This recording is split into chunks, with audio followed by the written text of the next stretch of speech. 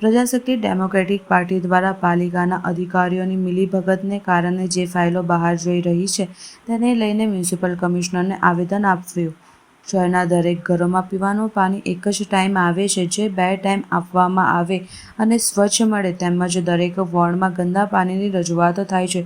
તેને ધ્યાન લઈ સ્વચ્છ પાણી આપવા સાથે જ શહેરમાં ખાડાઓને લઈને રસ્તાઓ પર જોખમરૂપ બન્યા છે, જેના કારણે 2 વ્હીલર પર જતી મહિલાઓ તેમજ સ્કૂલ કોલેજોમાં જતી વિદ્યાર્થીઓના અકસ્માત થાય છે, જે રોકવાની સાથે વડોદરા મહાનગરપાલિકાની ઓફિસોના અધિકારીઓની મિલીભગતના કારણે જે ફાઇલો બહાર જઈ રહી છે તે યોગ્ય નથી.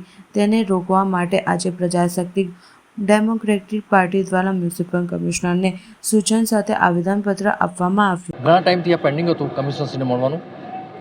18/2 અમારું પાર્ટીનું ઉદ્ઘાટન થયું, પ્રજાશક્તિ ડેમોક્રેટિક પાર્ટીનું, અને શંકરસિંહ વાઘેલા સાહેબ જે માજી મુખ્યમંત્રી છે એમના થ્રુ અમે આ પાર્ટીના માર્ગદર્શન હેઠળ કામ કરી રહ્યા છીએ. બરોડાની હવે કોર્પોરેશનની જે ઇલેક્શન છે એમાં અમે બધી જ સીટો ઉપર લડવાના છીએ અને જે પ્રજાલક્ષી કામો છે એના માટે અમે માંગણી કરી છે, મેમોરેન્ડમ આપ્યું છે. ખાસ કરીને કયા મુદ્દાને લઈને? ખાસ કરીને મેં હમણાં જ કીધું કે ફાઇલો જે બહાર જઈ રહી છે કોર્પોરેશનની, જે કોર્પોરેશન બહાર જઈ ના શકે, કારણ કે હું પણ મેયર હતો, અમારા ટાઈમમાં એક પણ ફાઇલ કોર્પોરેશન બહાર નથી જતી, પણ હમણાં સેટિંગ માટે જે બહાર જઈ રહી છે અને ભાજપ જે 1% ટેન્ડર માટે ઉઘરાવે છે એ પણ એક ખોટી વાત છે, કારણ કે એ ભ્રષ્ટાચાર જ કહેવાય.